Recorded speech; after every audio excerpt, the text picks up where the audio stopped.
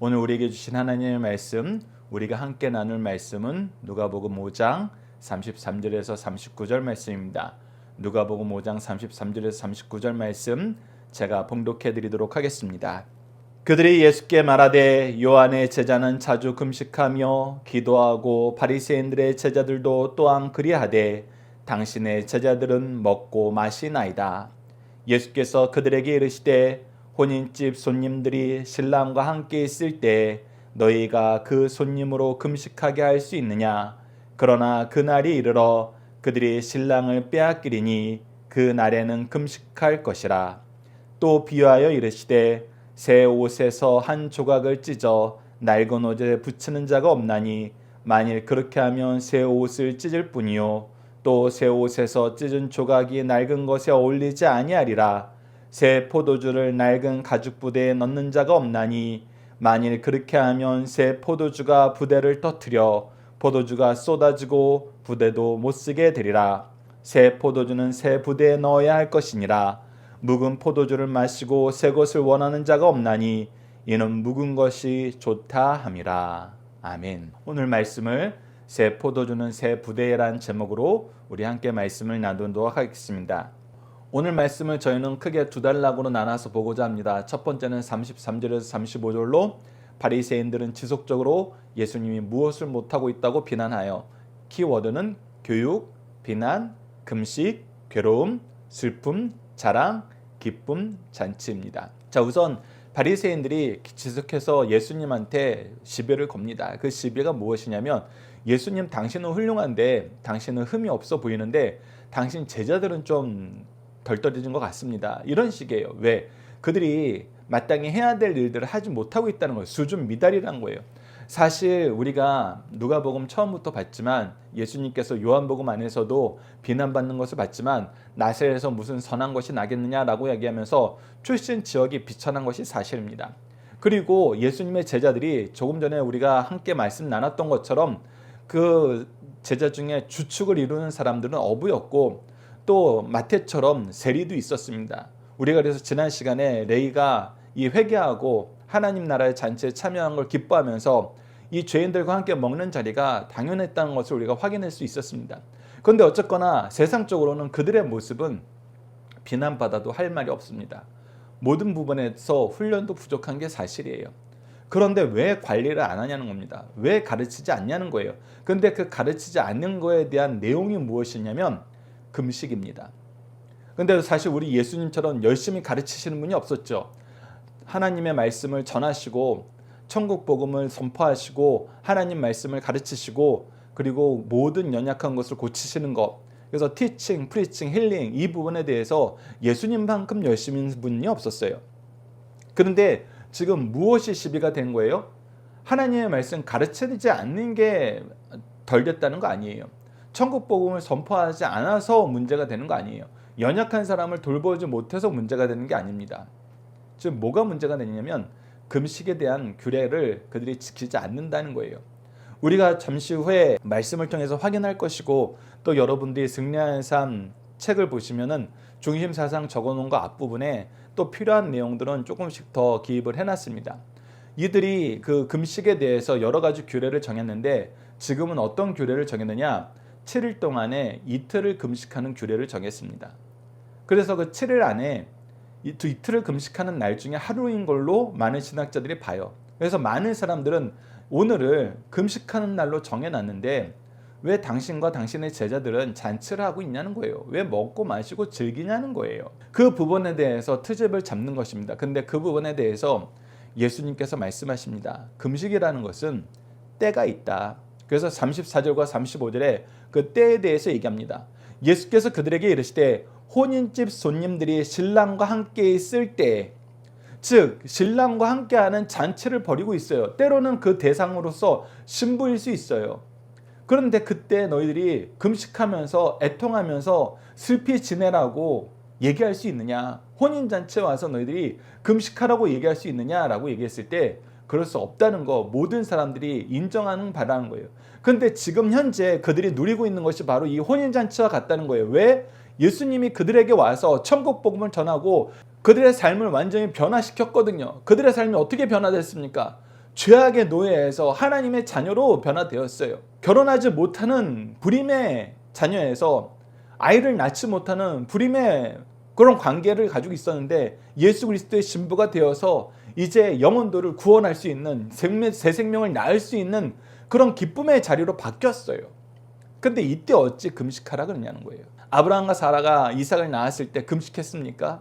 오히려 사람들을 초청해서 자기에게 기쁨을 주신 하나님에 대해서 선포하고 같이 즐거움을 맛봤어요. 그런데 너희들은 어찌 그것을 깨닫지 못하고 아무 때라도 금식하라 하냐는 거예요.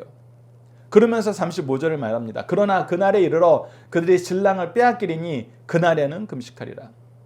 정말 애통해야 될 때가 왔을 때, 하나님께 의지하지 않고는 우리가 살 수 없을 때, 우리의 생명보다 더 귀한 걸 잃게 되었을 때, 그때는 우리가 목숨 걸고 하나님께 간구해야 된다는 거예요. 하나님을 의지하지 않으면 살 수 없다는 것을 우리가 선포할 때가 온다는 것입니다. 조금 전에 그래서 말씀드렸다시피 금식의 본래 의미는 무엇이냐면 내가 목숨 걸고 하나님께 간구합니다. 이 얘기는 동시에 무슨 의미냐면 하나님이 살려주지 않으면 전 살 수 없습니다를 고백하는 거예요. 사실 이게 무엇이랑 연결이 되냐면 회개랑 연결이 됩니다. 회개는 하나님, 제가 하나님의 은혜가 아니면 살 수 없어요. 저를 살려주세요. 제가 주님을 의지합니다. 주님만 바라봅니다. 이 의미가 있는 거거든요. 근데 지금은 그 회개의 기쁨을 맛볼 때예요. 그런데 우리 구원 되신 예수님께서 이제 돌아가세요. 십자가에 죽으세요. 그리고 성령을 보내주시기 전까지는 우리가 기도해야 돼요. 금식하면서 간구해야 돼요. 주여 속히 우리에게 성령을 부어주셔서 주님, 하나님, 우리가 주님이 돌아가셨습니다. 어떻게 해야 됩니까? 우리가 때에 따라서 기도할 때가 생긴다는 것입니다. 그런데 오늘 이들이 금식하지 않았다고 비난하는 이유는 뭐예요? 첫 번째는 조금 전에 설명드렸던 것처럼 때를 구분하지 못하는 것입니다. 내가 기뻐해야 할 때와 하나님께 진심으로 간구해야 될 때 그 때를 구분하지 못하는 거예요. 때를 구분하지 못하면서도 이렇게 얘기하는 이유는 뭐예요? 키워드에서 얘기하는 것처럼 자기 자랑을 하기 위한 거예요. 나는 금식했다? 나 금식 잘한다? 즉 하나님 앞에서 내가 나의 공고함을, 나의 죄됨을, 나의 어리석음을, 나의 연약함을 고백하면서 살려주세요 하는 게 아니라 사람들을 향하여 나 잘했지 라고 얘기하는 것이 바로 금식으로 변질되었다는 것입니다. 즉 하나님께서 아무리 좋은 제도를 줘도 사람들이 자기 마음대로 그것을 해석하고 사용하다 보면은 결국 무엇에 빠지냐면 자기 자랑에 빠져요. 교만에 빠집니다. 그래서 이것을 자기의 경건과 권위로 생각할 때가 있어요. 근데 아니라는 것입니다. 금식하는 것은 자랑이 아니에요. 금식하는 건 자랑이 아닙니다. 나의 의가 될 수 없어요. 오직 하나님을 바라보겠다는 것이 왜 내 의가 돼요? 오히려 나의 부족함과 연약함을 고백하는 것이 되죠. 그래서 우리가 함께 묵상할 말씀을 통해서 이 금식의 본래 취지에 대해서 제도의 시작에 대해서 한번 보도록 하겠습니다. 우선 레위기 23장 26절에서 28절을 보면 하나님께서 분명히 이 제도를 주셨어요. 근데 어떻게 주셨냐면 여호와께서 모세에게 말씀하여 이르시되 일곱째 달 여흔날 속죄일이 너희는 성회로 열고 스스로 괴롭게 하며 이 스스로 괴롭게 한다는 것이 바로 금식한다는 것입니다. 그래서 이 속죄일에는 금식하는 것을 너희들에게 선포한다는 거예요. 하나님께서 나를 살려주지 아니하시면 나는 죽을 수밖에 없습니다. 주님, 제가 목숨을 걸고 기도하오니 어차피 하나님이 살려주지 않으면 죽을 목숨이오니 주여 저의 기도를 들어주시옵소서, 우리의 죄를 사하여 주시옵소서 하면서 드렸던 것이 바로 속죄일의 금식 기도의 내용이라는 거예요. 이 날에는 어떤 일도 하지 말 것은 너희를 위하여 너희 하나님 여호와 앞에 속죄할 속죄일이 됨이니라. 그래서 속죄의 은총을 간구하는 것이 가장 중요하다는 거예요. 그런데 지금은 어떤 거라는 거예요? 이 속죄의 은총에 대한 기도의 응답이 우리에게 왔다는 거예요. 바로 예수 그리스도께서 우리에게 오셨다는 거예요. 그래서 기쁨의 잔치의 시간이라는 거예요. 우리 기도가 성취되었다는 것을 기뻐하는 자리라는 거예요. 그런데 너희들이 이 성취된 걸 기뻐하지 못하고 전혀 엉뚱하게 들어주세요 하고 있다는 거예요. 들어줬다고. 근데 왜 또 들어달라고 그러냐고. 이게 얼마나 미련하고 어리석은 일이라는 거예요. 근데 이들이 이렇게 어리석고 미련해진 이유가 뭐라는 거예요? 자기 자랑에 빠졌다는 거예요. 계속해서 보시다 언제 금식하게 되냐면 사사기 20장 26절에 보면 이에 온 이스라엘 자손이 모든 백성이 올라가 베델에 이르러 울며 거기서 여호와 앞에 앉아서 그날이 저물도록 금식하고 번제와 화목제를 여호와 앞에 드리며, 이 내용은 베냐민 지파가 가증한 일을 벌였습니다. 그래서 하나님께서 올라가서 이 베냐민 지파와 전쟁을 하라 그랬어요. 근데 전쟁을 하러 올라가면 올라가는 족족이 깨지는 거예요. 이기질 못하는 거예요. 그래서 하나님이 올라가라 그러셨고, 저 가증한 일을 한 이 베냐민 지파를 우리가 단죄해야 되는데 하나님 어째서 우리가 저들에게 계속 집니까? 계속 우리의 생명을 저들에게 넘기십니까?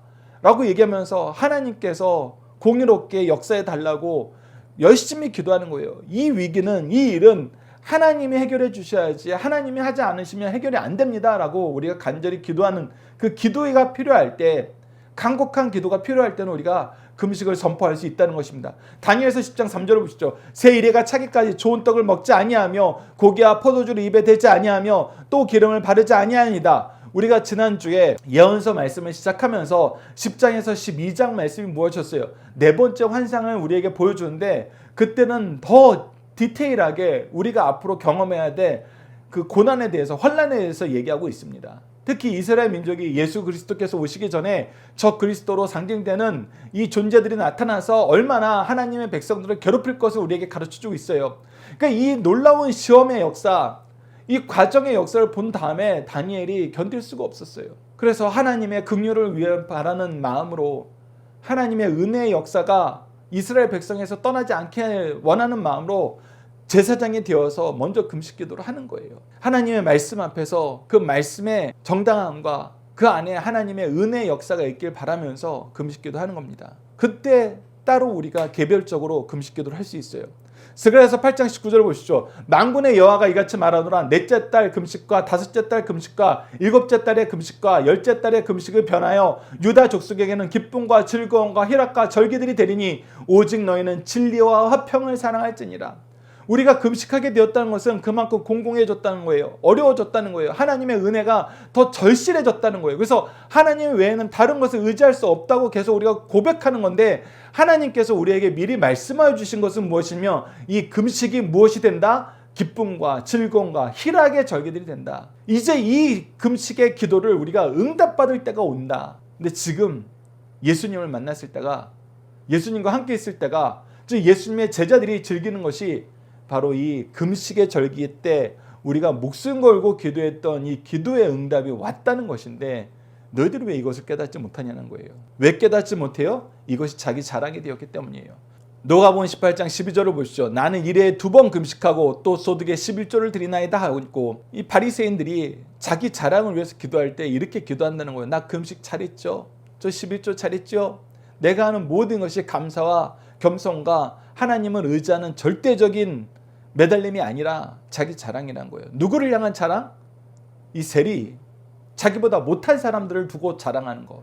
그러니까 예수님과 예수님의 제자들을 무시하고 싶은데, 자기네들이 더 잘났다라고 얘기하고 싶은데, 제가 하나님의 말씀으로는 안 되는 거예요. 그러니까 뭐 하는 거예요? 내가 원래 하던 거, 자랑할 수 있는 거 무엇이든 끄집어내는 거예요. 무슨 이유를 끄집어내서 그것을 자기 자랑으로 바꾸는 거예요. 그러면은 하나님이 우리에게 주신 본뜻이 사라집니다. 그래서 이사야서 58장 6절을 보시죠. 내가 기뻐하는 금식은 흉악의 결박을 풀어주며 멍에의 줄을 끌어주며 압제당하는 자를 자유하게 하며 모든 멍에를 꺾는 것이 아니겠느냐. 하나님께서 우리에게 주시는 금식의 기쁨은 자유함이라는 겁니다. 회복이라는 거예요. 근데 회복을 거절하면서 금식하는 건 이거 얼마나 어리석은 거예요. 너무 어리석은 거예요. 너무 비참한 것입니다. 요엘서 2장 12절로 14절도 보시죠. 여호와의 말씀에 너희는 이제라도 금식하며 울며 애통하고 마음을 다하여 내게 돌아오라 하셨나니 너희는 옷을 찢지 말고 마음을 찢고 너희 하나님께로 돌아올지어다. 중요한 것은 우리가 하나님께로 돌아가는 그 심령이에요. 근데 하나님께 돌아가진 않고 자기 자랑을 만들어요. 자기 자랑을. 그러니까 좋은 제도를 줘도 이 제도의 본래 취지에 벗어나면은 이것은 죄가 된다는 거예요. 악이 된다는 것입니다. 은혜로우시며 자비로우시며 노하기를 더시하며 인애가 크신 뜻을 돌이켜 재앙을 내리시지 아니하시니. 그래서 그날은 하나님의 은혜를, 자비를, 노하기를 더대하시며 인애가, 사랑이 크심을 경험하는 날이에요. 그래서 우리도 금식을 통해서 우리가 사람들에게 전해줘야 되는 것은 무엇이냐면 은혜를 베푸는 거예요. 자비를 베푸는 거예요. 그들을 위해서 인내하고 사랑으로 채워주는 거예요. 그래서 원래 취지는 금식하고 나서 그 금식하면서 남겼던 걸 뭘로 하는 거예요? 우리가 어려운 사람 도와주는 데 썼던 것이 유대 문헌에서 남아있다는 거예요. 그러면 내가 금식함으로 내가 베풀 수 있는 건 사랑이라는 거예요. 하나님의 자비하심을 내가 받은 자로서 자비를 베푸는 삶을 살아가는 거예요. 그런데 이들은 금식하고 뭐예요? 비난해요. 비방해요. 오히려 내가 목숨 걸고 기도하고 뭐 하는 거예요? 죽이는 자가 되는 거예요. 살려달라고 기도하고 죽이는 자가 되는 거예요. 이것처럼 어리석고 이것처럼 미련한 게 없다는 거예요. 더 나아가서 이것처럼 악한 게 없다는 것입니다. 하나님께 생명을 살려달라고 기도하고 나는 죽이는 자가 되는 거예요. 그래서 우리가 하나님의 뜻과 하나님의 방법을 찾아야 된다는 것입니다. 계속해서 요엘서 2장 14절 말씀 봅시다. 주께서 혹시 마음과 뜻을 돌이키시고 그 뒤에 복을 내리사 너희 하나님 여호와께 소제와 전제를 드리게 하지 아니하실지 누가 알겠느냐. 즉 우리가 이렇게 금식하면서 금식의 기쁨을 맛볼 때 가장 큰 기쁨은 뭐예요? 우리의 예배가 회복됐다. 여호와께서 소제와 전제를 드리게 하지 아니하실 줄 어떻게 아느냐. 우리가 하나님의 백성으로서 하나님과 같이 동행하면서 산다는 의미가 바로 이 예배예요. 근데 우리가 예배를 징계를 받았어요. 우리 다니엘서에서 확인했던 거예요. 더 이상 우리가 예배를 드릴 수 없는 존재가 돼버렸어요. 그런데 하나님께서 어떤 은혜를 주신다? 예배를 회복시켜 주신다. 하나님과 동행하는 삶을 회복시켜 주신다. 임마누엘 대신 예수님이 오셔서 이것을 우리에게 성취해 줬어요. 우리와 함께 하신다는 거예요. 주님과 함께 하는 것이야말로 참된 예배라는 겁니다. 참된 복이라는 거예요. 우리가 그것을 바라보고 가야지 왜 엉뚱한 걸 얘기하냐는 거예요. 왜 엉뚱한 걸 주장하냐는 거예요. 자, 두 번째 단락을 보도록 하겠습니다. 두 번째 단락은 36절에서 39절입니다. 예수님이 낡은 것과 새 것이 함께 할 수 없음을 반복하여 말씀하신 이유는 무엇입니까? 이 단락의 키워드는 새 것과 옛 것. 이것이 혼합 불가라는 거고 새 생명이라는 거, 중생이라는 거, 개혁이라는 의미로 우리에게 가르쳐 줍니다. 바리새인들이 그리고 세례 요한의 제자들이 그렇게 고대하던 예수님이 왔어요. 세례 요한이 광야에서 선포하면서 그 길을 곧게 만든 이유가 바로 예수 그리스도를 소개해 주기 위한 거였어요. 그런데 바리새인들이 예수님을 거절한 거는 우리가 또 그러려니 하는데 세례 요한의 제자들이 꼭 여기에 동참을 해요. 아직 예수 그리스도를 모르는 거예요. 예수 그리스도를 통한 기쁨이 무엇인지 모르는 거예요. 그래서 반반인 거예요. 예수 그리스도께서 우리 선생님 세례 요한이 얘기했던 것처럼 보라 세상 죄를 지고 가는 하나님의 어린 양이로다 얘기하면서 우리의 죄의 문제를 해결하러 온 메시아이신 걸 알아요. 근데 예수님을 통한 기쁨을 누리기보다는 여전히 그들이 규례로 가지고 있고 절규로 가지고 있던 그리고 그것이 자기 의를 잘하는 걸로 변질됐던 것도 깨닫지 못하고 계속 그것을 지키면서 오락가락하는 거예요. 오락가락하는 겁니다. 사실 이거는 신약의 교회에서도 자주 나타나는 거예요. 유대인들이 자기네들이 그동안 지켰던 합당한 규례들을 너희들 안 지키면 너희들은 하나님의 자녀 아니야.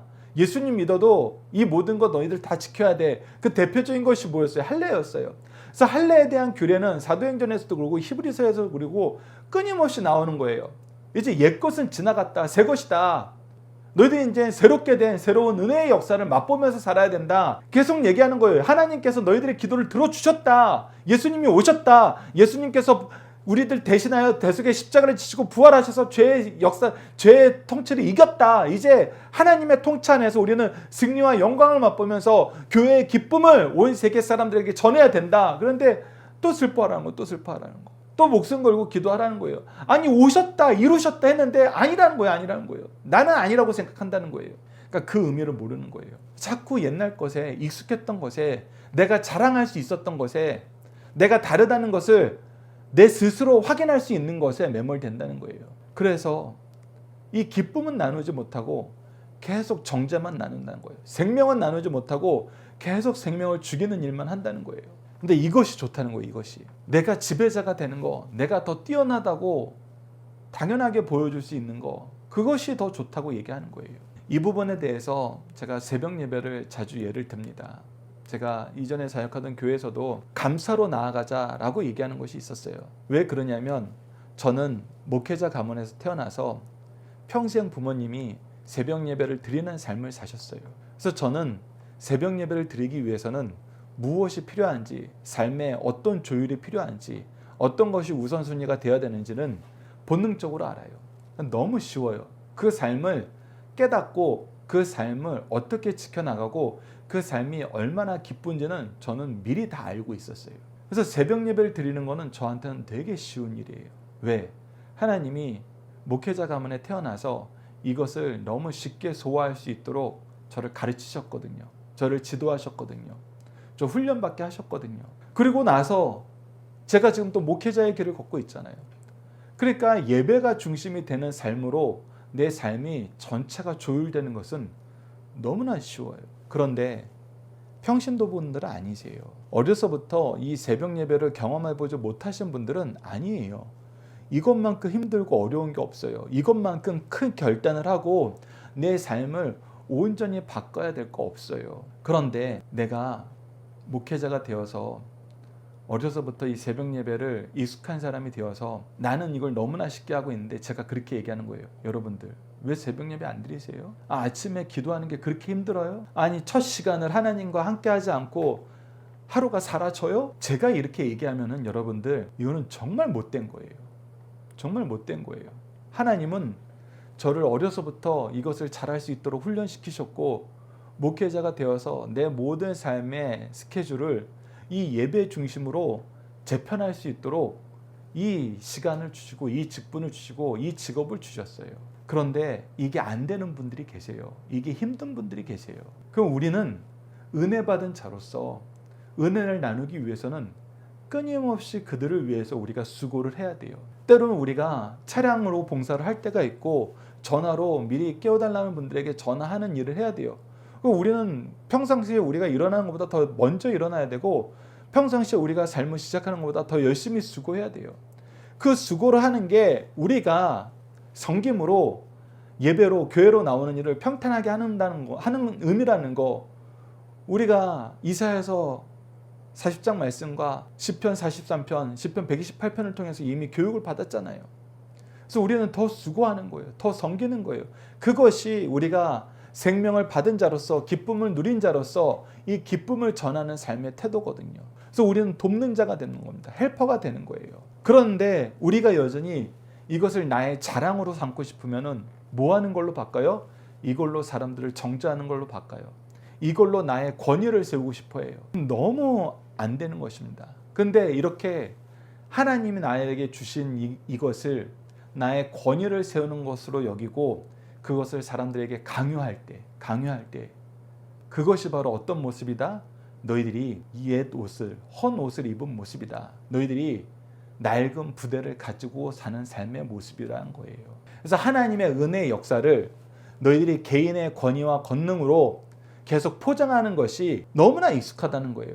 근데 이것만큼 미련한 짓이 없다는 거예요. 왜? 그것을 우리의 삶 속에서 가르쳐 줍니다. 새 옷에서 한 조각을 찢어서 낡은 옷을 기워내면은 결국은 더 찢어진다는 거예요.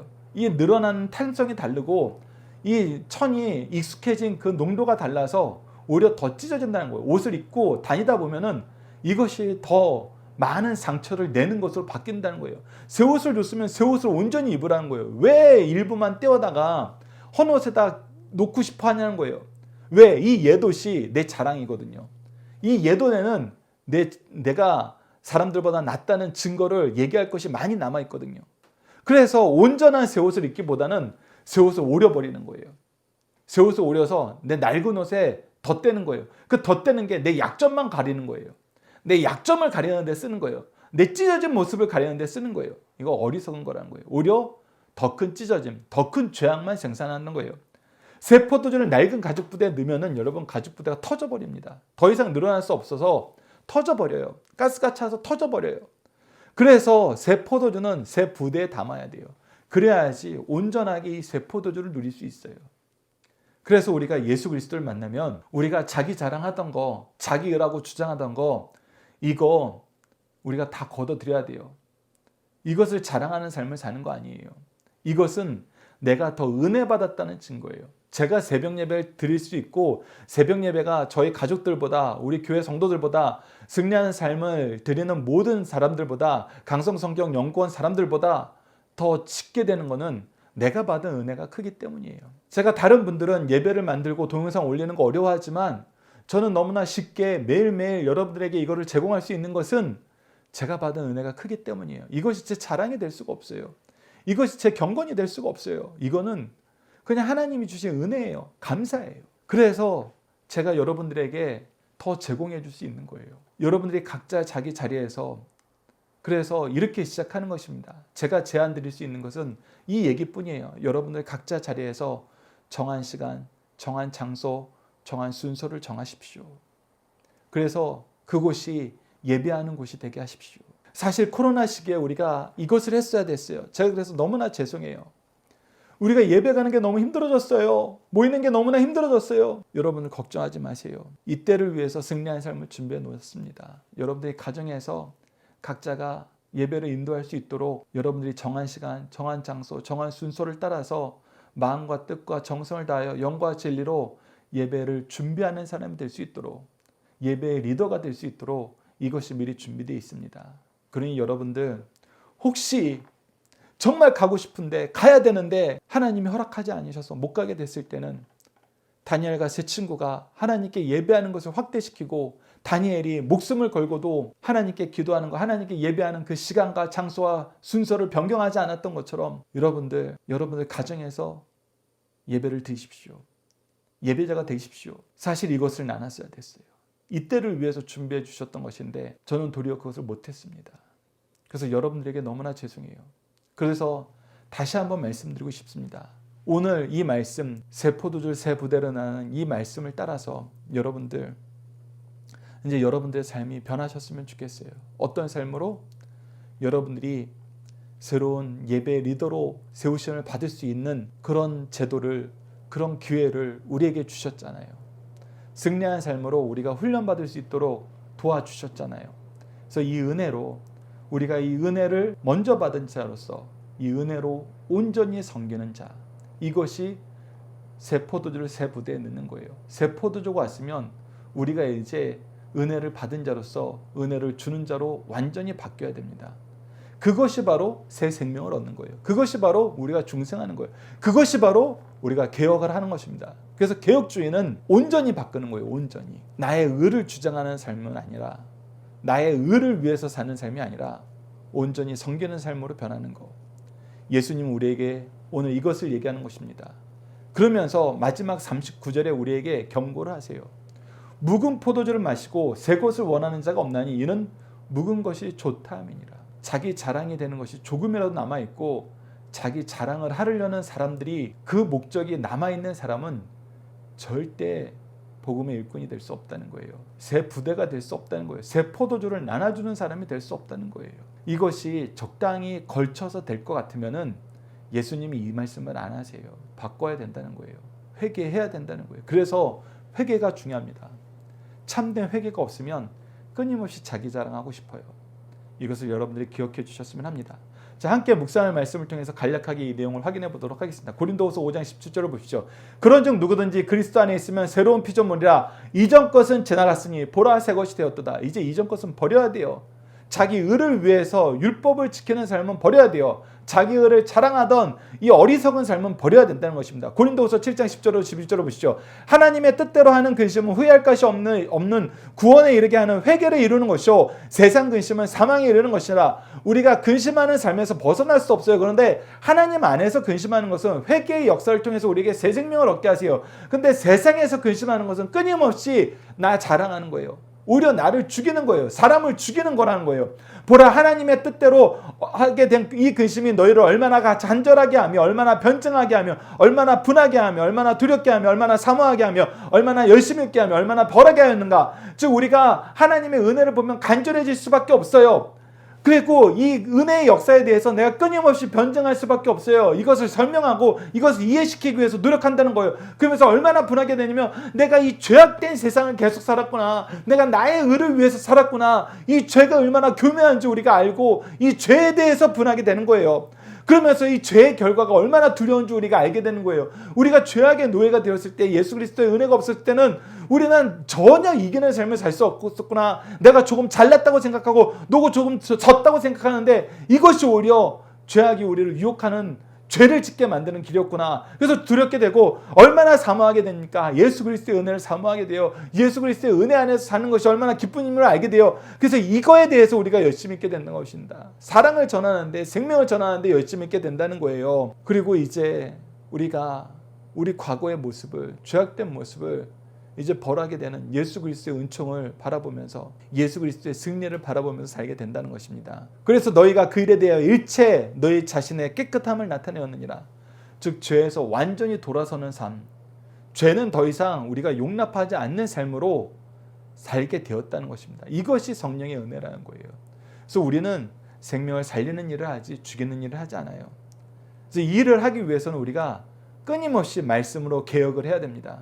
개혁주의 신앙은 끊임없이 말씀으로 돌아보는 거예요. 그래서 우리가 말씀으로 돌아보는 삶, 베레아 사람들에 대한 삶, 사도행전 17장 11절, 베레아에 있는 사람들은 데살로니가에 있는 사람들보다 더 너그러워서 간절한 마음으로 말씀을 받고 이것이 그러한가 하며 날마다 성경을 상고하는 간절함과 그러한가 하여 점검하는 삶, 말씀으로 다시 한번 우리가 확인하는 삶, 이것이 너무나 중요하다는 거예요. 그리고 이 삶을 살게 하기 위해서는 우리가 어려서부터 자녀들이 이렇게 교육해야 되는데 디모데후서 3장 16절 17절입니다. 모든 성경은 하나님의 감동으로 된 것으로 교훈과 책망과 바르게 함과 으로 교육하기에 유익하니, 즉 우리가 teaching, rebuking, correcting, training in righteousness, 계속해서 하나님의 말씀을 가르치고 이것이 기준이 되어서 우리의 삶을 점검하고 점검해서 잘못된 것은 고치도록 우리가 지도하면서 이것이 계속 자리에 자리 잡도록 의로 훈련시키는 이 역사를 해야 되는 겁니다.